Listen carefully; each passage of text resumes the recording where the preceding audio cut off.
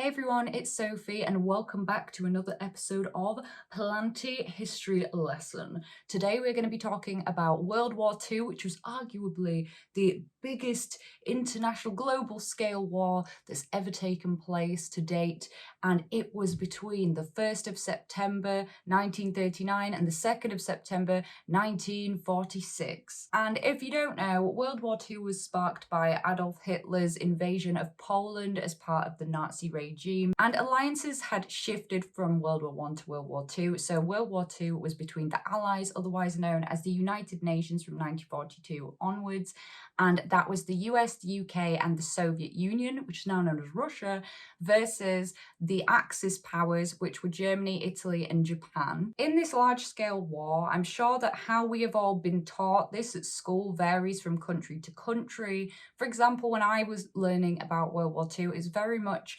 focused on the British war effort and what it was like for the soldiers on the front lines. And then there was obviously details a lot about the stuff going on in Germany and the German experience of it. Today, we're going to be talking specifically about the plants utilised in the British war effort. Britain in World War II was very much about the team effort and camaraderie. Everyone had to be involved, and if you weren't recruited to join the army, you would be involved in doing a number of other tasks behind the scenes.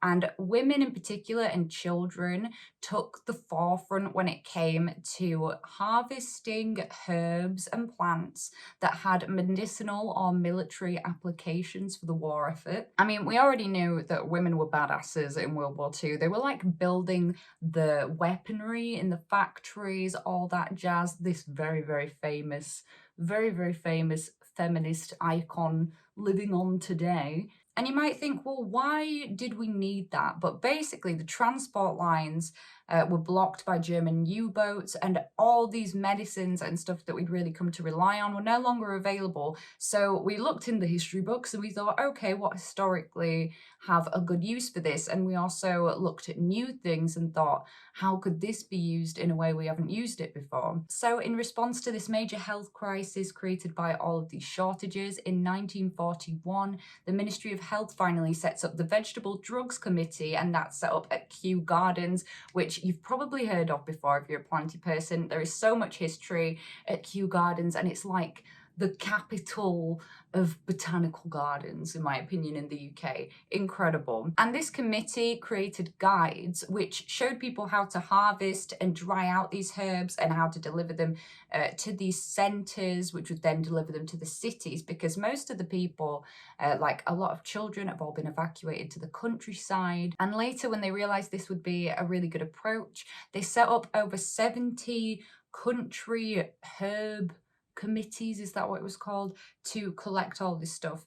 There were so many different organisations that started to do it. It was a major moment for holistic medicine and herbalism, and it is regarded by historians as Britain's return to practical herbalism. So without further ado, here are the top 10 plants harvested for medicinal and military application during World War II. In Britain. At number 10, we have the deadly cousin of the potato.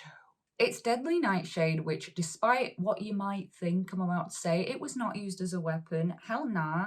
It actually had two medicinal benefits. So the first one is that from the leaves and the roots, you can harvest a substance called atropine, and atropine is used to dilate pupils during eye surgeries. So that was one of them.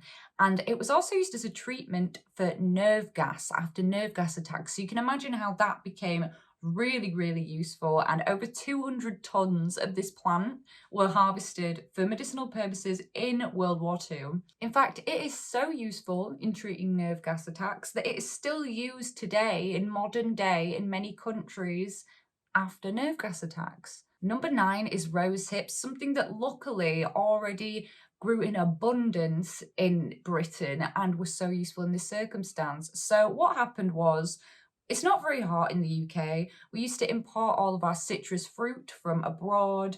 Couldn't do that anymore, and everybody started having severe vitamin C deficiency. So they realized that rose hips could be processed into something called rosehip syrup, which would effectively act as a vitamin C supplement. The Ministry of Food and Supply, because yes, there is a ministry for everything, they started instructing people on how could they increase the yield of rose hips, how could it be used in other ways, blah, blah, blah, blah, blah. Rose hips actually contained 20 times more vitamin C than oranges. And because obviously there's a committee for everything, they then created the Rose Hip Products Association. Everything must have its association. But again, it was such a good supplement, in fact, that after the war, they continued to market this to people and sell it in Britain, but it was also provided to people, children in Europe. And in modern Britain, it is a holistic alternative to cough syrup. At number 8, we have a plant that we're definitely all familiar with still today, and it is nettles. Because if you've ever learned anything about World War II, you might have heard about a lot of people eating nettle soup, but that was really more on the German side of things. These stinging plants were carefully collected to create two things.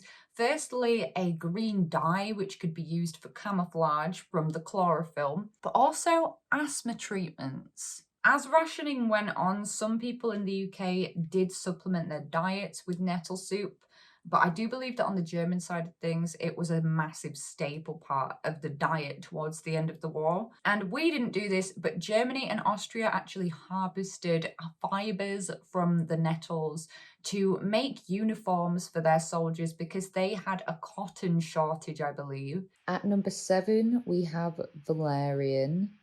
It had two main uses, firstly as a sleep aid for soldiers fighting on the front line, and secondly to keep citizens calm during air raids, because as you can imagine that would have been absolutely terrifying and stressful, and the last thing you need is loads of people freaking out about it. It's one of the plants on this list that was also used by the German soldiers who used it for sleep aid and restlessness. It's one that had been relied on a lot in the 16th century, but as modern medicine had progressed, we no longer needed it, and then as both sides became desperate, we went back to it. Coming in at number 6, it's a classic. We've got wild thyme, which has been utilised in England for centuries due to its wide varieties of holistic applications. It was used to help with respiratory infections due to its antibacterial properties, kidney infections, joint and ankle swelling, through transdermal application. It was also used to treat things like eczema, psoriasis, and stuff like that. Thyme was the real underdog. You think, that's just for my Sunday dinner.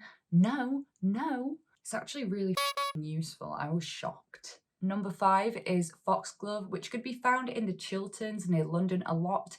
However, it wasn't mainly harvested there. It was mainly harvested in Wales because the species that grew naturally there was higher in a substance called digitalis. And digitalis can be used to restart the heart of patients with congestive heart problems by working on the heart muscle. In 1941, the Oxfordshire Women's Institute reported sending so much foxglove to the Islip processing plant that it produced 350,000 doses of digitalis. At number 4, it's our good friend sphagnum moss, which was used as an alternative gauze for wounds, which I think you guys have heard me say before. It's got antifungal properties, it's got antibacterial properties, it naturally contains iodine. It also can hold 20 times its weight, so imagine how much that can absorb in wound treating, like very, very helpful.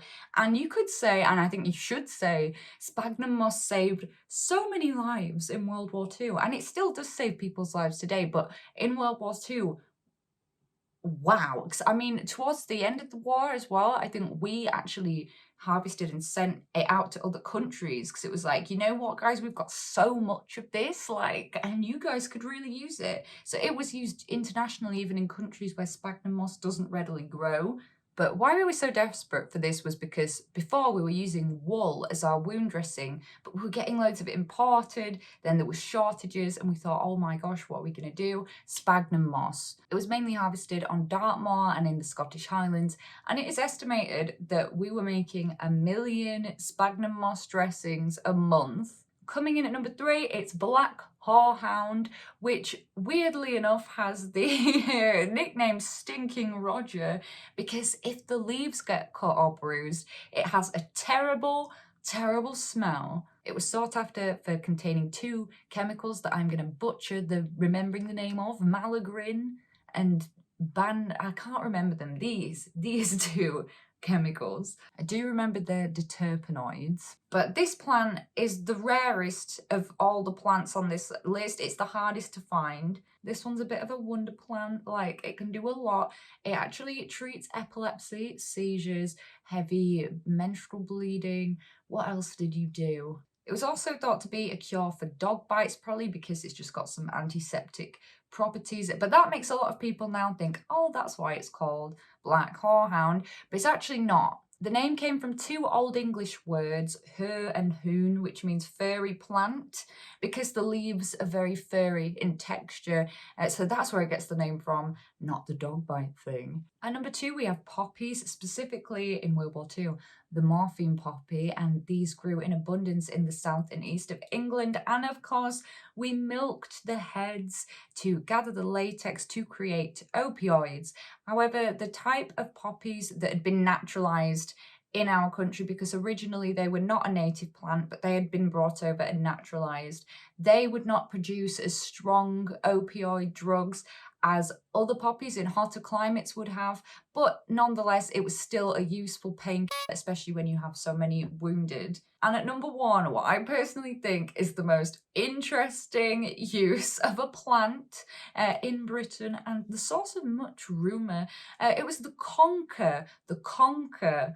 Yes, that is the fruit of the horse chestnut tree that we used to smack against each other on a string all the time at school. Conkers were used in the manufacturing of explosives, and this created this hilarious rumour about exploding conkers, but it's not the conker themselves that become an ingredient to the explosive. The conker was used to replace maize, which we had a shortage of, as the starch element in the production of a substance, acetone, that we needed, a solvent, to create explosives. So it's like conker used to make acetone, used to make cordite, used to make smokeless explosives. And it was nitroglycerin and nitrous cellulose that these were used to make.